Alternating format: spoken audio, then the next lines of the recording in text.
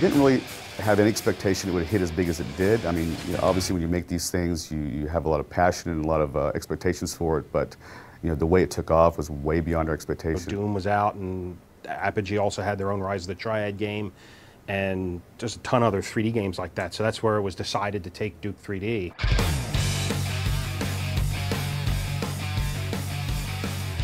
Duke Nukem came out right when the industry was transitioning from the sprite-based games, and that would be where everything is actually, even the bad guys, the animated bad guys, were just a flat piece of art. And you know, as you moved around them or they moved around, it would just orient itself differently. And the industry was changing then to true 3D model with Quake, I think. I don't know if it was the first, but that was the big one coming out. It was decided once we went 3D, you can explode the world a lot larger than it used to be. So the personality and the character and the attitude came through. But even a lot of that wasn't until the end of the game, because as we said earlier, I did the voice of Duke Nukem, I mean, just 2 words in Duke Nukem 2. And Duke Nukem was mute through the bulk of the development of Duke 3D. He didn't talk until right at the end when it was decided that, hey, you know, most of these characters don't ever say anything, why don't we do one with a voice? I was approached by a casting director in San Diego, where I live, who was in touch with George Broussard. And George wanted a character voice for Duke that would really bring out the anger and the comedy of this character. Looks like those alien bastards shot up my ride. The very beginning was, like I said, there was 2 guys downstairs, which was Alan Blum, Todd Rupogel, and another artist. And they were putting it together. But the artwork was less than the quality they desired. And based on that, that's when George Broussard got together with Todd and Alan and decided that they were going to throw our entire development team, the in-house development team at Apogee and now 3D Realms, at the project.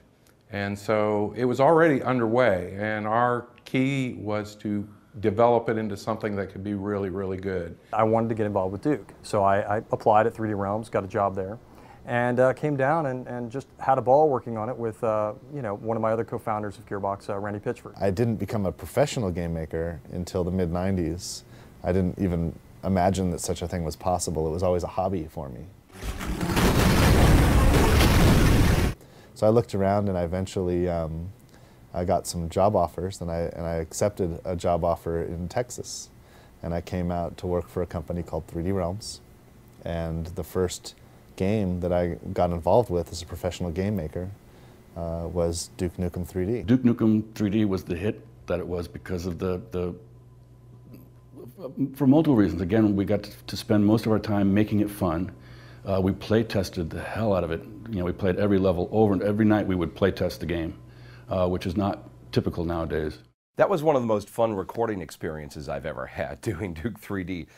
The writing on the game, the lines that I had to deliver were outrageous and funny to me. I would say that the recording sessions took perhaps a little longer than they should have, because I had a hard time keeping a straight face reading some of the Duke Nukem lines. I came here to kick ass and chew bubble gum, and I'm all out of gum.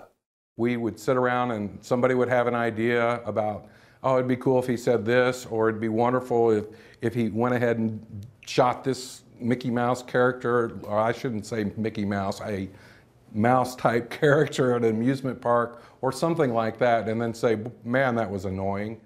Almost all of the really good ideas would start, we'd all, like, either the smoke breaks or while we're eating, someone would have a little spark of an idea, and then a second person would add to it, you know, like 5 minutes later, think, oh, you know what else? And then the third person, and once that third person had added their part, the idea was just like, yeah, we got to do that.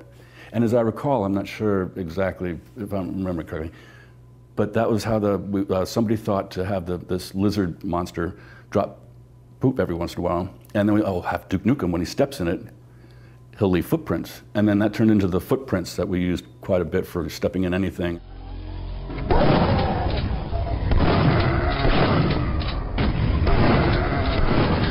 There was a little bit of the Duke personality in Duke 2, because in Duke 1 and 2, yes, there were characters. There was Duke Nukem and Dr. Proton and things of that nature. But the character, the essence of what made the character what it is now, wasn't so much, it wasn't almost wasn't there at all in the first one, and there was just tidbits of it in the second game.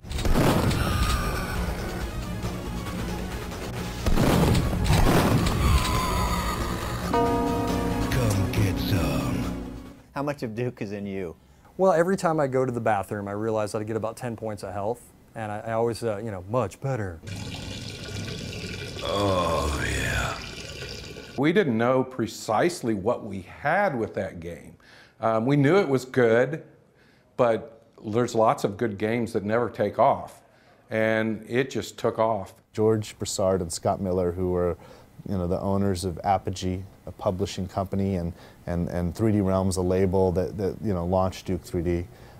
These guys really did a lot to help spawn an industry here in Dallas, and really created the first-person genre. The combination of violence, not real violence, no one's really getting hurt, the combination of violence and humor, to me, is just, and the Stooges, and I mean, there's a lot of examples of that.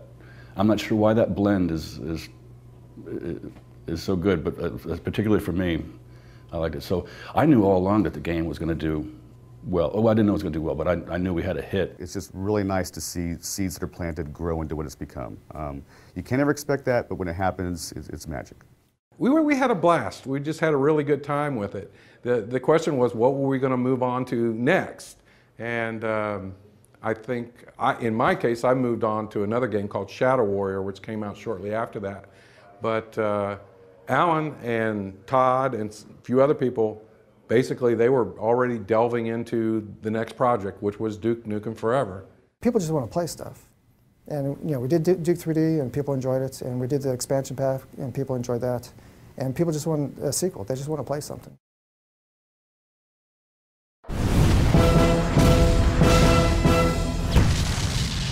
Come get some.